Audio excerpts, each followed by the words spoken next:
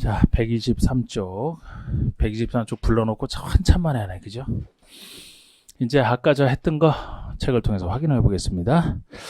04번에 1번 보시면, 04번에 1번 보시면, 도심계획시설 부지 안에서의 개발행위. 원칙 보세요. 특광지상원수는 도심계획시설의 설치 장소로 결정된 지상, 수상, 공중, 수중, 지하. 제가 이거를 도심계획시설 부지라고 표현했던 거라고 지금. 통일해서 이런 도심계획시설 부지에 대해서는 그 도심계획시설이 아닌 건축물의 건축이나 공작물 설치를 허가해서는 안 된다. 요 얘기죠. 건축물이나 공작물 설치에 대해서 부지로만 결정돼도 허가 금지로 묶이는 이 효과를 지금 여기서 얘기합니다. 넘겨보시고 그런데 이제 거기에 양가로 2번 보시면 특광시장으로는 그 도심계획 시설 결정 고시로부터 2년이 지날 때까지 사업이 시행되지 아니한 시설 중에 언제 할지 모를 때 단계별 집행계획이 수립되지 아니하거나 단계별 집행계획에서 1단계 집행계획에 포함되지 아니한 시설 부지에 대해서 다음에 개발행위를 허가할 수 있다. 요 얘기죠? 요 얘기입니다. 지금 무엇을 허가할 수 있느냐? 박스 1번 가설 건축물 건축과 이에 필요한 형질병 다 포함되어 있어요. 2번에서는 도심계획 시설 설치 시장에 오는 공작물 설치잖아. 아까는 가설 건축물, 이번엔 공작물, 세 번째는 건축의 개축, 재축과 이에 필요한 범위에서 형질병력을 얘기합니다. 그러니까 건축물의 개축, 재축이 나와 있지 신축, 중축은 아니다. 이렇게 돼 있는 거. 그리고 나서 옆에 페이지에 매수 청구가 이제 나옵니다. 옆에 페이지에 매수 청구가 나오는데 도심계획시설 부지의 매수 청구 보시면 양가로 1번에 이제 매수 청구잖아요. 도심계획 시설에 대한 관리계획 결정 고시부터 10년 내에 사업이 시행되지 아니하는 경우다. 이렇게 10년 미시행과 관련되어 있고요. 10년 내 사업 시행 안 되는 경우에 그 부지로 되어 있는 토지 중 지목이 대인 토지의 소유자는 이 사람이 매수 청구권자예요. 지목이 대인 토지의 소유자는 누구에게? 특광시장은수에게 매수를 좀. 다른 얘기가 없으면 특광시장은수에게 청구한다는 얘기고요. 다만 다음에 어느 하나에 해당하는 경우는 그 해당하는 자에게 청구할 수 있다. 박스에 예를 들어 1번 시행자가 정해진 경우는 그 시행자에게, 2번 법에 따라 설치하거나 관리될 의무가 있는 자가 있으면 그 자에게. 그럼 여기서 이제 넘겨보세요. 넘겨보시면은 양가로 3번의 매수 절차가 나오죠. 양가로 3번의 매수 절차가 나오는데 이게 6월 2년 얘기입니다. 6월 2년 얘기. 매수무자는 매수 청구를 받은 때로부터 6개월 내에 매수 여부, 매수할 수도 있고 안 할 수도 있고 매수 여부를 결정하여 토지 소유자와 시장은수에게 알려야 되고 6월 내에 매수 여부를 알려야 되고 매수하기로 결정한 토지는 매수 결정을 알린 때로부터 2년 내 매수하라. 이게 6월 2년 얘기잖아. 예. 그리고 양가로 4번 대금 지급이 나오죠. 양가로 4번의 매수무자는 매수 청구를 받은 토지를 매수할 때는 현금으로 대금 지급한다. 현금으로 대금 지급하는 게 원칙인데 다만 다음에 어느 하나 해당하는 경우에는 그것도 매수무자가 지자체일 때, 자, 지자체, 다른 사람 발행 못해요. 지자체만 도심계획 시설 채권을 발행하여 지급할 수 있다. 이게 도심계획 시설 채권 발행을 얘기합니다. 누구만 발행할 수 있어요? 지자체만. 어느 때? 박스의 두 가지 경우에 토지 소유자가 원할 때. 보통 채권은 의사합치가 이루어져야 발행할 수 있기 때문에 현금 받을 소유자가 나에게 채권 주세요 원할 때 발행하는 게 보통이에요. 이자 많이 준다는 원하게 되겠죠? 소유자가 원할 때고, 여기선 특이하게도 2번에 원하지 않아도 발행할 수 있는 경우가 있습니다. 법에서 안 좋게 보는 토지라고 생각하시면 돼요. 느낌이. 부재 부동산 소유자 토지 또는 비업무용 토지를 얘기합니다. 부재 부동산 소유자 토지면은 이 시설 부지 내 땅은 있는데 여기 살지 않는, 거주는 다른 곳에 하는, 이게 부재 부동산 소유자 토지죠. 또 회사가 가지고 있는 토지 중에서 업무 목적이 아닌 비업무용으로 가지고 있다는, 이게 투기랑 관련되어 있다고 보는 거예요. 이렇게 안 좋게 보는 토지라. 이런 토지로서 매수대금이 3천만 원을 초과할 때, 매수대금이 3천만 원 초과할 때 그 초과하는 금액을 지급하는 경우가 되겠습니다. 이때는 원한다는 얘기 없잖아요. 그럼 이거는 투기랑 관련된 토지인데 매수세금이 3천만 원 초과할 때는 초과하는 금액은 이 채권을 발행해서 줄 수 있다는 얘기예요. 그럼 3천만 원 이하는 이 규정이 적용이 없겠죠? 그래서 이 투기랑 관련된 땅 치고 3천만 원 이하짜리가 있을까요? 없을 거야 아마. 그러니까 이것도 형식적으로 그냥 적어놓은 거라 보시면 돼. 3천만 원 기준 삼는 것 자체가. 투기랑 관련된 건데 토지인데 그것도 보통 큰 게 많죠. 예를 들어 비업무용 토지인데 작은 땅이라서 한 10억짜리 토지라고 합시다. 그러면 3천만 원 초과죠? 그럼 3천만 원은 현금으로 지급하고 초과하는 금액인 9억 7천원? 그 사람이 현금 달라고 그래도 일방적으로 채권 발행해주고 나중에 상환기한에서 원리금 찾아가서 이렇게 할 수 있다고요. 초과하는 금액에 대해서.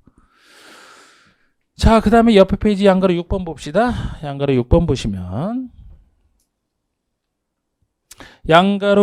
보시면 매수 안 될 때 허가예요. 이게 양가로 6번에 매수 청구한 토지의 소유자는 다음에 어느 하나에 해당하는 경우에 개발행위 허가를 받아 건축물 또는 공작물을 설치하시다.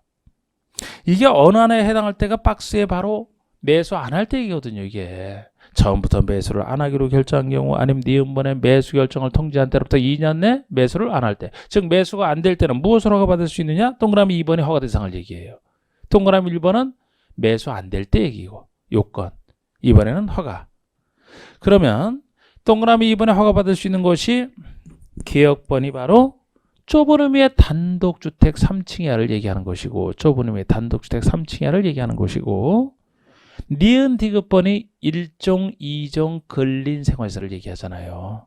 니은번의 1종 근생은 3층 이하 다. 그리고 디귿번의 2종 근생 중에서는 다중생활시설 빠지고 단란주점 빠지고 안마의소소 빠지고 노래연습장 빠지고 제가 이걸 아까 그 순서대로 기억하라고 했던 것이고 단란주에서 술 먹고 노래 부르고 안마 받고 다중생활시설 자는 거 안 된다 이렇게 했던 것이고 공작물까지 얘기합니다. 넘겨보세요. 그럼 시료가 나옵니다. 그 다음에는 3번의 시료. 3번의 1번 도시계획 시설 결정이 고시된 도시계획 시설에 대해서 고시부터 20년이 지날 때까지 사업이 시행되지 아니한다. 그러면 그 다음날 효력을 잃는다. 이게 20년 시료 규정, 무지막지한 20년 시료 규정. 그 다음에 4번 얘기가 제목이 장기 미집행시설은 보고라고 되어 있지만 저는 이거를 해제 권고제라고 했던 거. 이게 해제 권고제. 아까 제가 구조 생각해 보세요. 저 구조. 그럼 해제 권고제인데 1번에 특광시장운수는 도중계시설 결정이 고시된 도중계시설 중에서 설치할 필요성이 없어진 그런 시설 또는 10년이 지날 때까지 시행되지 아니한 시설, 이게 전제거든요. 이게 해제 권고 사유예요. 사유. 아예 설치할 필요성이 없다고 스스로 판단하든지 판단과 상관없이 10년 미시행되는 것 관련되어 있는 게 해제 권고 사유입니다. 이거 10년 미시행. 이런 경우에는 그런 시설에 대해서는 다음 사항을 해당 지방의회의 정례회 또는 임시회의 기간 중에 보고하라. 이게 보고 의무예요. 지방의회에 보고하라는 겁니다. 특광시장운수가. 항상 회의는 의회는 회의가 열렸을 때만 존재하잖아요. 정례회든 임시회든 열렸을 때 보고하라는 겁니다. 이렇게 보고를 해야 되고, 그러면 양가로 2번에 해제 권고제 보세요. 지방의회는 장기 미집행 도중시설 등에 대해서 해제를 권고하는 경우에는 접수된 때로부터 90일 내 권고 서면을 지자체장에게 보내라. 보고했던 사람에게 주로 보냅니다. 권고할 때는 이제 보내라는 거예요. 그러면 3번에 장기 미집행 도중기 시설 등의 해제를 권고받은 지자체장은 특별한 사유가 없는 한 세 번째 줄 해제 권고를 받은 때로부터 1년 내에 해제를 한 관리계획을 결정하라. 일 년 내 해제를 한 결정을 하라는 거예요. 지방이 무시하지 말고. 그럼 결국 해제가 되지 않겠습니까? 그 얘기.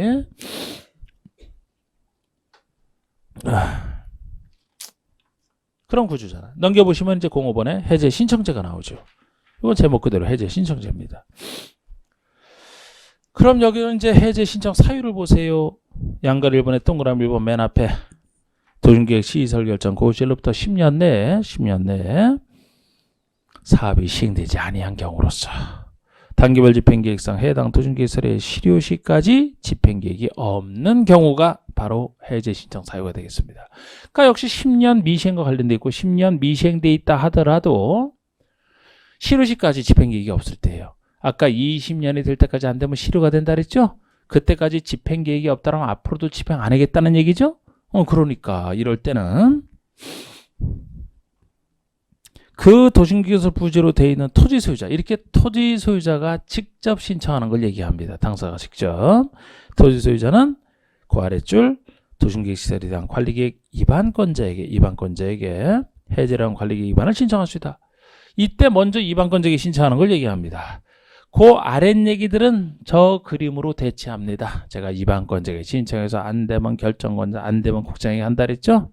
저 그림으로 대체하고 이제 기반설 파트가 이제 끝난 거 이제. 기반설 파트가 이제 끝났다라면 그 다음에 남은 것은 131쪽에 지구 단위 얘기 남은 거죠. 요거까지 해야 관리계획으로 결정하는 내용 5가지가 다 끝나는 거라고.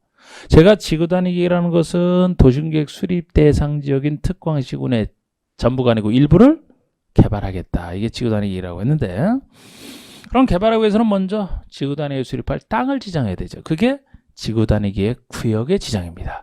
그래서 이 파트에서는 항상 지구 단위 계획 구역 지정과 계획을 구별해서 보셔야 되죠. 자, 먼저 어느 곳을 개발하기 위해서는 지구 단위 계획을 수립할 땅인 지구 단위 계획 구역을 먼저 지정해야 되고 지구 단위 들어섰을 때 그 다음에 이제 지구 단위 계획을 세워서 어떤 사업을 할 수 없는 땅을 목적이던 사업을 할 수 있게 만들어주게 됩니다. 구역을 먼저 지정하고 구역 지정했을 때 이제 계획을 세우는 건데 먼저 구역 지정의 원리를 제가 좀 틀을 잡아 드릴 거예요. 원리를.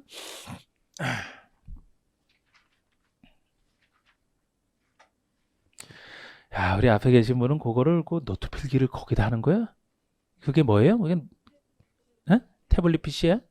막 그림으로 막 그리는 것도 다 되고 그게? 나중에 그걸 저장해서 PDF도 되고 복사도 되고 야 굉장히 편리한 거네 그거.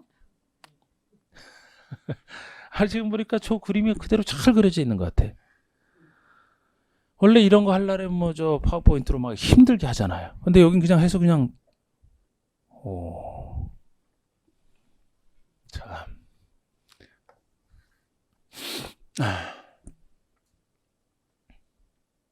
자, 보통 이제 어느 지역에 이걸 지정할 수 있느냐. 도시와 비도시. 항상 지역이 용도지역이 기본적으로 맨날 쓰는 게 용도지역이잖아요.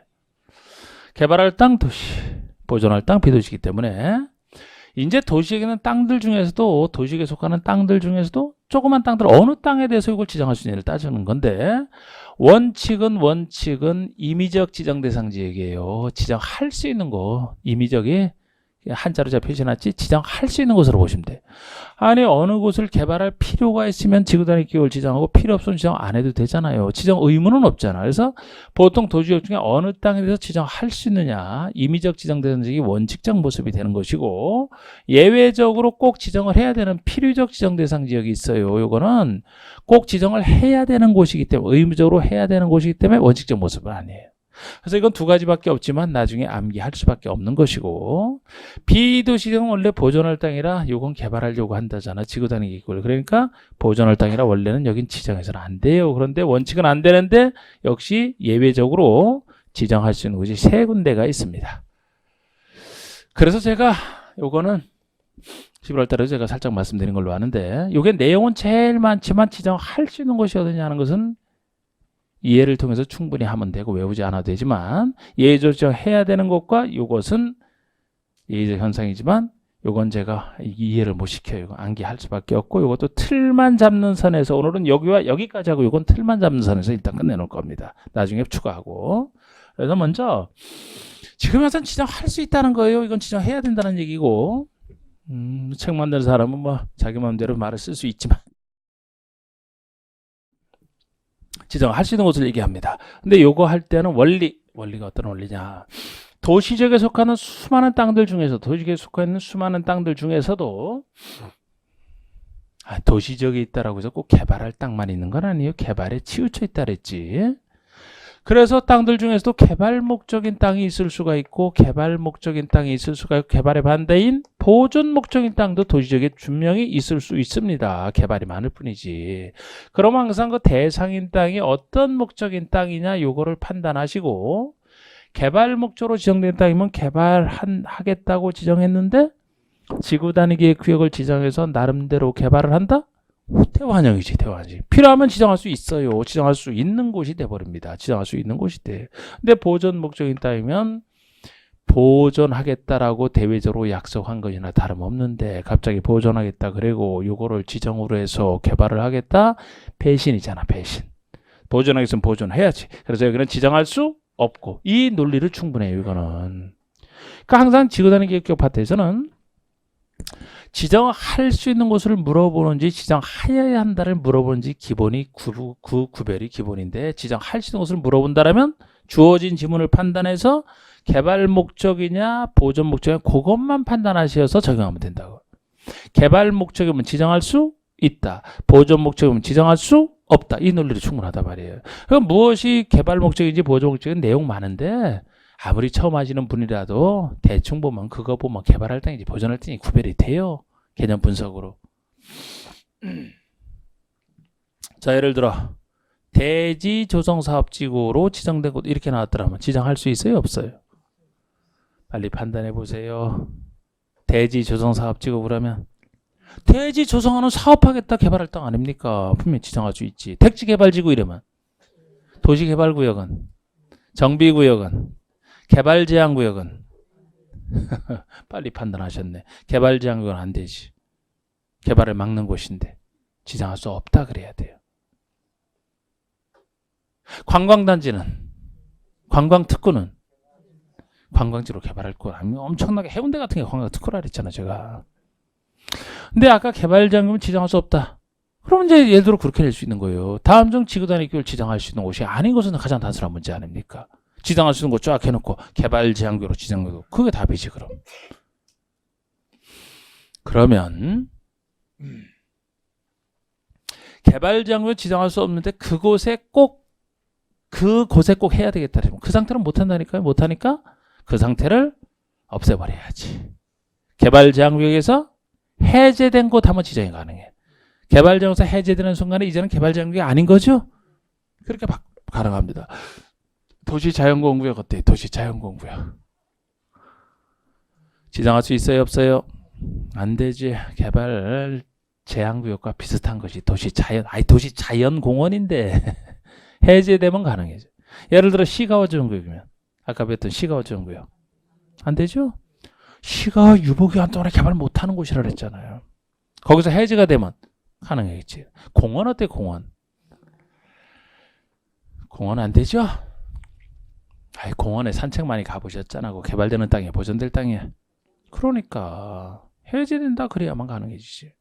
녹지는 어때? 녹지 안 되지. 녹지를 주상공으로 바꾸면 개발이 되니까 가능해지죠. 그런 식의 얘기야. 비도시는 비도시라 원칙적으로 안 돼. 도시로 바꾸면 가능해집니다. 그 원리로 충분해 이거는. 그런데 이따 제가 요걸 할 텐데 그래서 필요적으로 지정해야 되는 곳은 하여야 하는 곳은 특이한 일인데 분명히 비슷한 것이 요거는 이해할 수 있는데 그 옆에 비슷한 것은 또 안 되고 막. 그래서 요거는 암기할 수밖에 없어요. 어쩔 수 없이. 이건 이해시킬 수 있는 성질이 아니라 말이야 이게. 요거는 이해를 통해서 많이 하면 되고 요건 좀 이따 암기시키고 요건 틀만 잡을 거예요. 자, 그럼 보세요. 거기 지금 어디를 하고 있냐면은 02번에 지구 단위계의 구역 지정을 하고 있는 겁니다.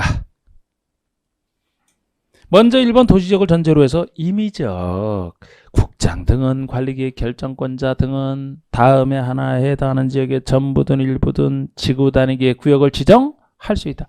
지정할 수 있는 곳으로 하셔야 돼. 지정할 수 있는 곳으로 이 원리를 말씀드린 거예요. 예를 들어 1번의 용도지구 도시지역을 전제로 하기 때문에 여기 뭐 용도지구라면은 다 됩니다. 다른 것이 더 확실한데 그 아래 도시개발구역은 개발할 땅이잖아. 그 아래 정비구역 개발할 땅입니다. 그 다음에 택지 개발지구역 개발할 땅이잖아. 그 아래 대지 조성 사업지구 산업단지와 준산업단지 준산업단지 다 개발할 땅이에요. 그 아래 관광단지와 관광특구 관광지로 개발할 땅들이잖아요. 8번을 제가 좀 주의 깊게 보라고 했던 게 8번입니다. 8번을 바꿀 수 있으니까 8번이라면 그냥 개발제한구역 요렇게만 나오면 지정할 수 없어요. 도시 자연공경 마찬가지입니다. 시가어정구역 공원 안 돼요. 요렇게만 나오면 지정할 수 없는 땅인데 이곳에서 각각 해제가 됐다라는 말이 붙어 있어야 지정할 수 있는 곳이 돼버린다고 잘 주의해서 보시고, 또 녹지는 보존할 땅이라 안 되지만 녹지에서 주상공 중에 하나로 변경되면 가능해지잖아. 또 새로 도시로 편입되는 거예요. 새로 도시로 편입된다는 얘기는 과거는 비도시였다가 지금 도시로 새로 편입되는 곳을 얘기하잖아요. 개발화되지 않습니까?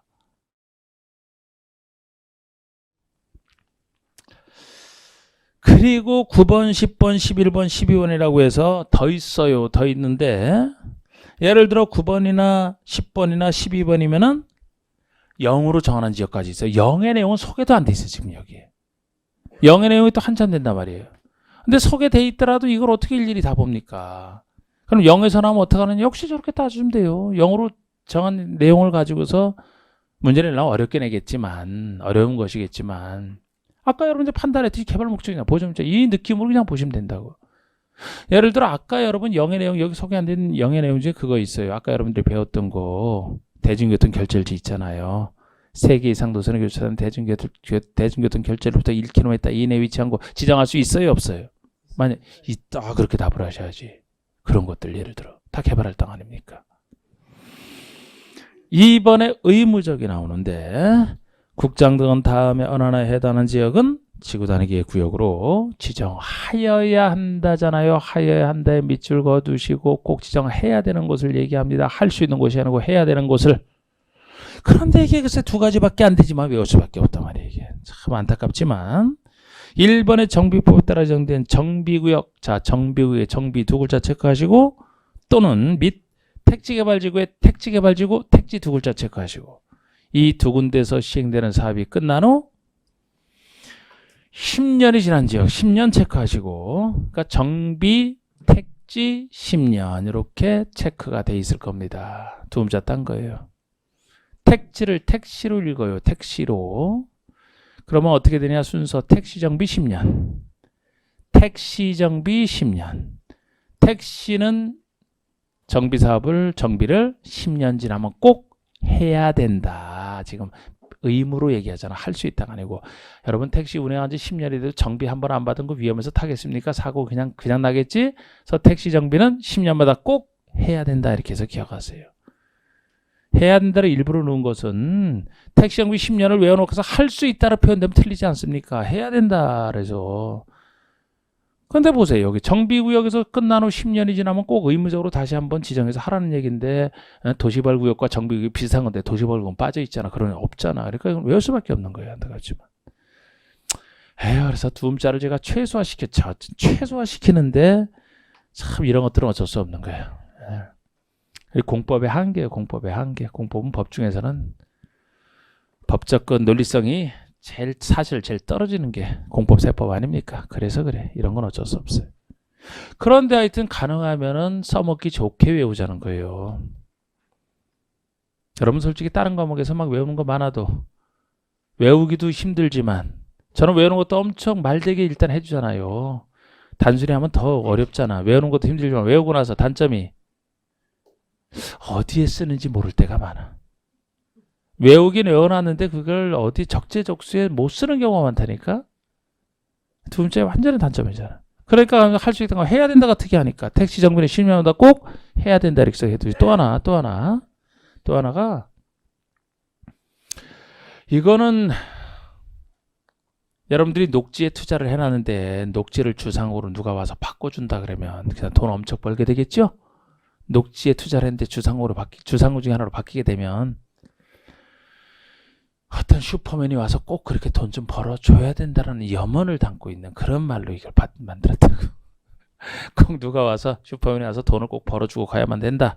자, 무슨 얘기냐? 동그라미 2번에 체계적 계획적 관리가 필요한 지역으로서 다음의 지역으로서 면적 30만 이상 체크하시고 30만 제곱미터 체크하시고 무엇으로서 30만 이상을 전제로 해서 꼭 해야 되느냐? 기역 니은으로서 지급번은 해당 조례가 정하는 지역이 있기 때문에 이건 조례로 정해봐야 알기 때문에 세 가지 있지만 기억, 니은번 두 가지로서 30만 이상 그 얘기만 하셔도 돼요. 우리 기억번이 뭐냐면은 시가와존구역 또는 공원에서 해제되는 곳이에요. 그러면 시가와존구역의 시, 공원의 공, 그리고 해제 두 글자. 그럼 시공, 해제 이렇게 남죠? 시공, 해제 이렇게 남아요. 그 다음에 니은번은 녹지에서 주상공으로 변경. 이걸 녹지, 주상공, 변경 이렇게 체크를 해두시고 말로 만드는 겁니다.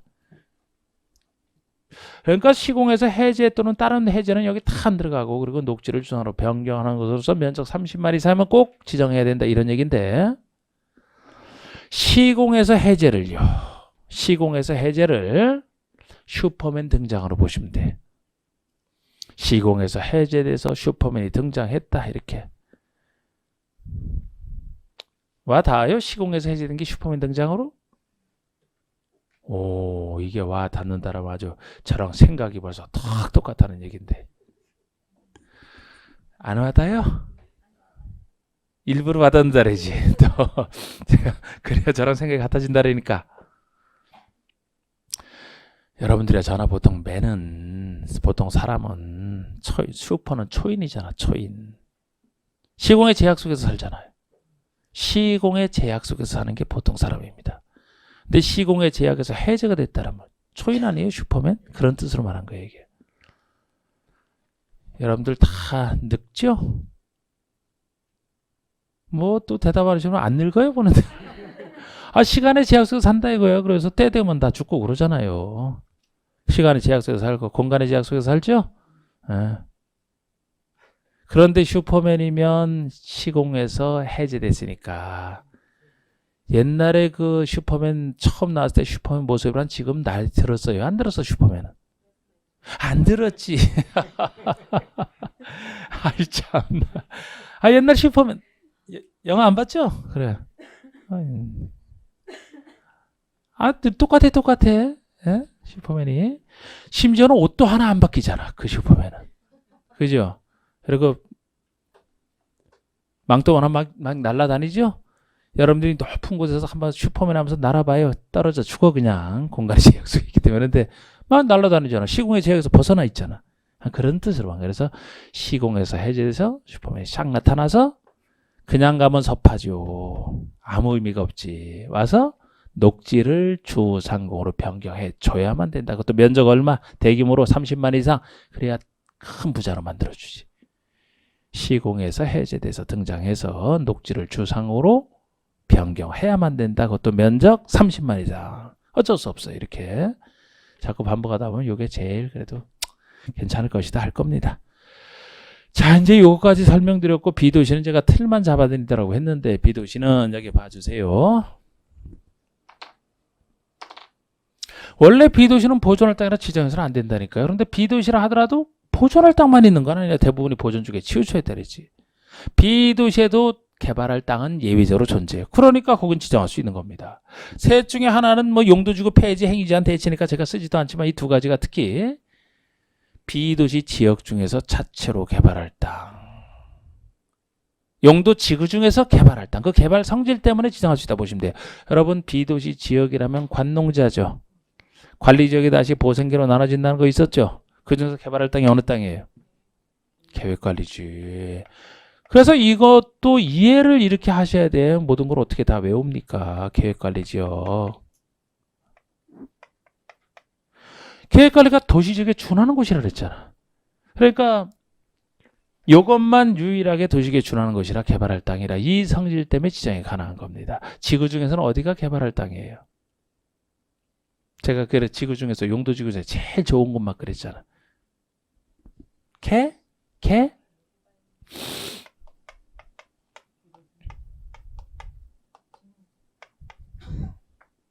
개발 진흥지구. 제일 좋은 땅이라 그랬잖아요. 그거.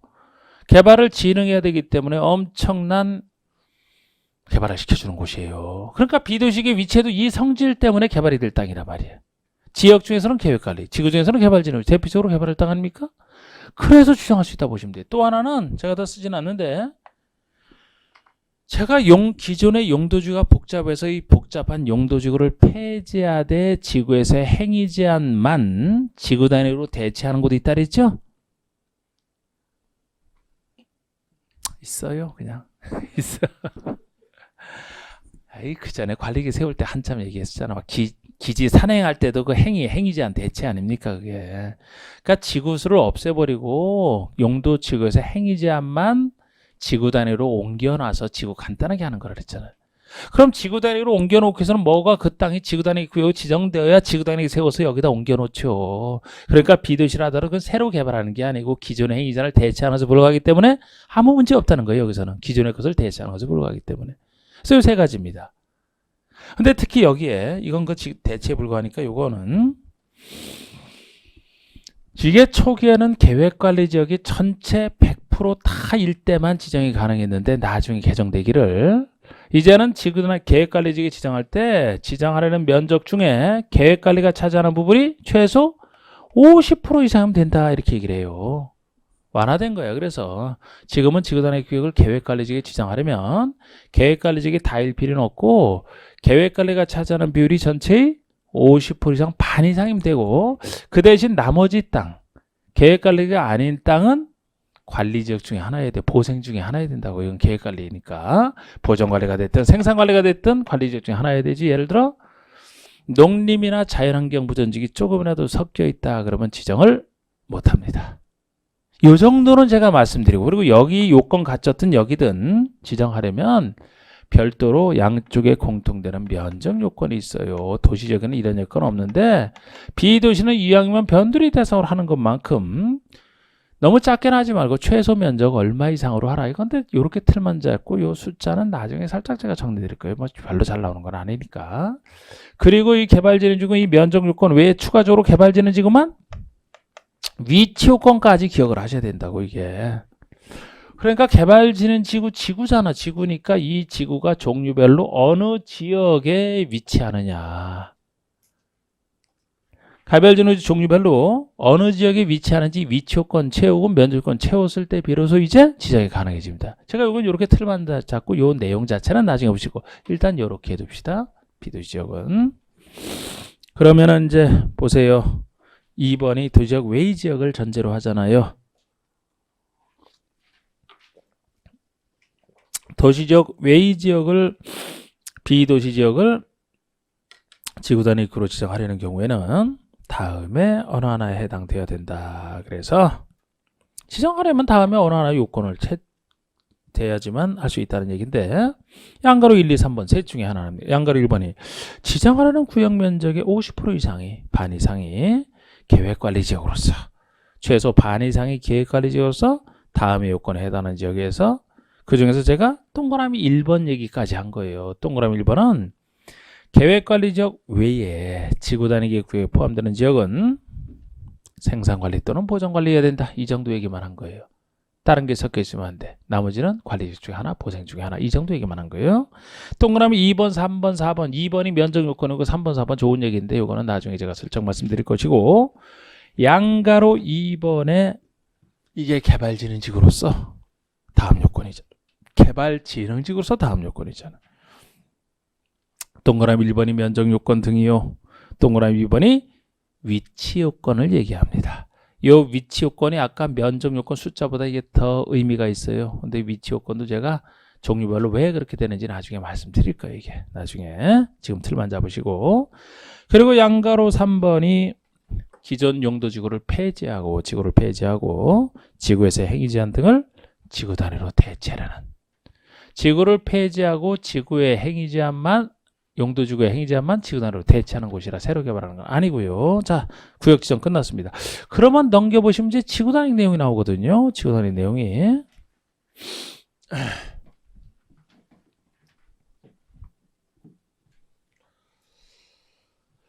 자, 아까 지구 단위 구역 지정이 이제 끝났다라면 여기에는 지구 단위가 들어서야 돼요. 그래야 사업을 할 수 있게 만들어주죠.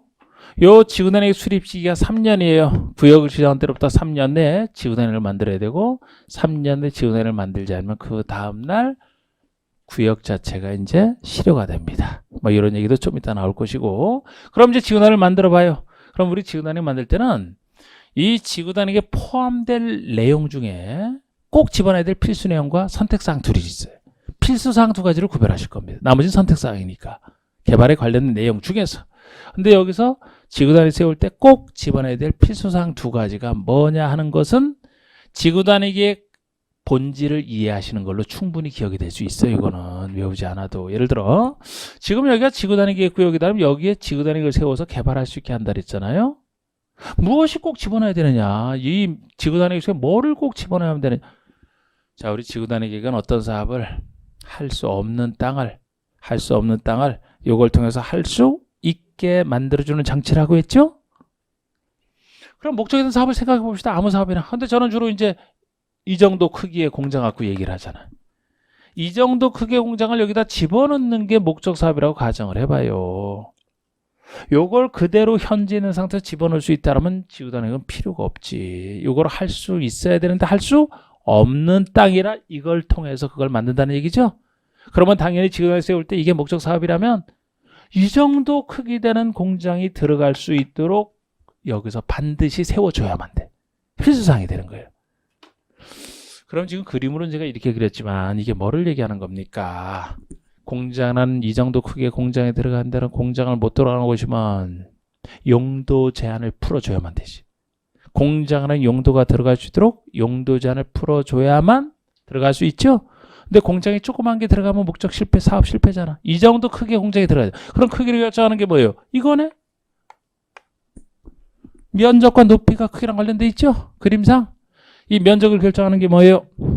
건폐율, 용적률이 들어가잖아요. 건축 면적 결정하는 게 건폐율이고 연면적 결정하는 게 용적률 아닙니까? 그리고 높이의 최고한도, 최저한도. 지금 얘기한 게 그림으로 표현했던 게 목적 사업을 위한 것이라 다시 한번 말씀드리면 그 용도에 그 정도 크기가 들어간다. 그 용도 제한을 풀어주고 크기랑 관련해서 건폐율, 용적률, 높이의 최고한이든 최저한이든 높이 한도가 들어가겠지. 이거 중에 하나 빠지면 안 돼. 혹시 여기서 높이의 최고한도, 최저한도 하니까 또 최저한도는 아니지 않습니까? 그러면 안 돼요. 그건 고도지구 할 때 얘기지. 고도지구 할 때만 최고한도가 있을 뿐이지 다른 데서 높이 제한을 하잖아요. 높이 제한은 다 들어간단 말이에요. 그리고 이제 공장 들어갈 수 있게 해놨으면 하나 해결됐죠. 나머지 하나 뭐냐? 이 공장이 들어갈 수 있으면 사업을 하면 공장이 운영이 돼야 되냐. 공장이 돌아가야 돼. 그럼 공장 들어가서 산업도로 이런 거 만들어야 되죠. 아니면 도로 없이 공장이 들어갈 수가 있나, 뭐 지게지구 뭐 운반 하나, 여기 뭐 전기 들어와야 되죠. 그래야 에너지원으로 삼을 수 있죠. 산업용수 필요하죠. 이게 뭐예요? 여기에 필요한 기반 시설이 두 가지 중에 하나로 빠지면 안 되죠. 다른 건 다 선택사항이에요. 최소 필수는 이 두 가지가 되는 거라고 지구단위 뜻 생각해서. 그러면 보세요. 이제 지구단위 내용이 3번에 나오는데 03번에 지구단위 계획 구역의 지정 목적을 이루기 위해서 지구단위 계획에는 다음 사항 중 3번과 5번의 사항을 포함한 둘 이상의 사항이 포함돼야 된다. 둘 이상이 꼭 포함돼야 된다. 지구단위 계획에. 그런데 최소 3번과 5번은 필수라는 얘기잖아요. 3번, 5번 필수. 다만 2번을 내용으로 하는 것은 그러하지 않다. 2번은 용도지구 폐지하고 지구의 행위 제한만 지구단위로 대체하는 것이라 새로 개발하는 게 아니잖아. 지구단위로 대체하는 순간에 이건 끝나버린 거예요. 다른 거 할 필요가 없잖아. 그거 외에 보통이라면 두 가지가 필수다. 3번과 5번. 3번이 뭐예요, 여러분? 기반시설. 사업에 필요한 기반시설. 5번은 건축의 용도 제한, 그리고 면적을 결정하는 건폐율, 용적률, 그리고 높이를 결정하는 높이의 최고한도, 최저한도까지 들어갔잖아. 이걸 외우는 게 아니고 그렇게 생각을 통해서 하셔야 돼요. 반복을 통해서. 그러면 이제 제가 얘기한 것 중에 쭉 넘어가면서 거기 여러 가지 혜택이 있는 거, 이런 건 하는 거 아니에요, 원래. 138쪽. 138쪽. 시료가 나옵니다. 시료. 여기 보세요. 이건 이미 제가 말씀드렸잖아. 구역이 지정됐으면은 3년 내 지구단위를 수립하라. 안 하면은 그 다음날 구역이 실효가 된다. 이게 3년 실효 규정이에요. 이번엔 계획 실효도 있어. 계획 실효. 자, 우리 지구단위를 세워서 어떤 사업을 할 수 없는 할 수 있게 만들어줬다 칩시다. 그러면 사업할 수 있게 만들어줬으니까 빨리 사업할 사람은 공사에 착수를 해야지. 사업에 착수를 해야지. 이 착수 기한이 5년이에요. 5년 내 사업에 착수를 안 하면 그 다음날 지구 단위 계획이 실효되는 거예요. 이건 지구 단위 계획 실효예요. 아까 저거는 구역의 실효고 이건 계획의 실효란 말이에요. 그 대신 이 계획의 실효할 때는 주민이 제안해서 만든 것만 갖고 얘기를 합니다. 우리 주민 제안사항 생각나세요? 관리계획 할 때? 이반권적에 제안할 수 있는 거 기지 산행 그중에 지가 지구 단위 계획 구역이든 지구 단위 계획이든 제안할 수 있다 그랬죠? 그러면 지구 단위 계획 이제 주민이 제안해서 만들어줬다 칩시다. 그런데 주민이 제안해서 만들어줬으니까 사업할 사람들은 주민이고 이 주민들이 혹시 민간이나 사업 안 할까봐 공고히 못하는 경우는 없다 그랬잖아요. 그래서 저기와 달리 여기는 주민이 제안해서 만든 지구 단위 계획만 빨리 주민들이 민간이나 안 할까봐 5년 내에 착수하라. 안 하면 그 다음날 요거 없앤 걸로 하겠다. 이런 얘기예요. 3년 5년 구별하시고 자 실효 중에서 공업원의 1번이 지구 단위 계획이 결정고시되지 아니야. 자 이게 구역 실효예요. 제목을 붙이면 이게 구역 실효고 2번은 계획의 실효란 말이에요. 동그라미 1번은 지구 단위 계획 구역 지정에 대한 관리 계획 결정 고시로부터 즉 구역이 지정 고시된 때로부터 3년이잖아. 3년 내에 지구 단위 계획 구역에 대한 지구 단위 계획 결정 고시되지 않으면 즉 구역 고시된 때로부터 3년 내 지구 단위 계획 결정 고시되지 않으면 그 3년의 날 다음 날에 구역 지정에 대한 관리 계획 결정은 효력을 잃는다니까 이게 구역이 실효되는 걸 얘기하는 겁니다. 그리고 동그라미 2번은 지구 단위 계획이잖아요. 지구 단위 계획. 그런데 이것도 주민이 제안한 것에 한정돼 있죠? 주민이 제안한 것에 한정돼 있어요, 지금. 그래서 주민이 제안해서 지구 단위 계획을 만들어 줬더니만 즉 지구 단위에 대한 관리 계획 결정 고시로부터 5년 내 허가 등을 받아 사업의 형성에 착수를 안 하면 사업 착수 기한이 5년이잖아요. 사업에 착수를 안 하면 그 다음 날에 지구 단위 계획에 대한 관리 계획 결정은 효력을 잃는다니까 지구 단위 계획이 실효된다. 그 얘기가 되겠습니다. 그러면 여기까지 해서 지금 지구 단위 계획까지 했어요.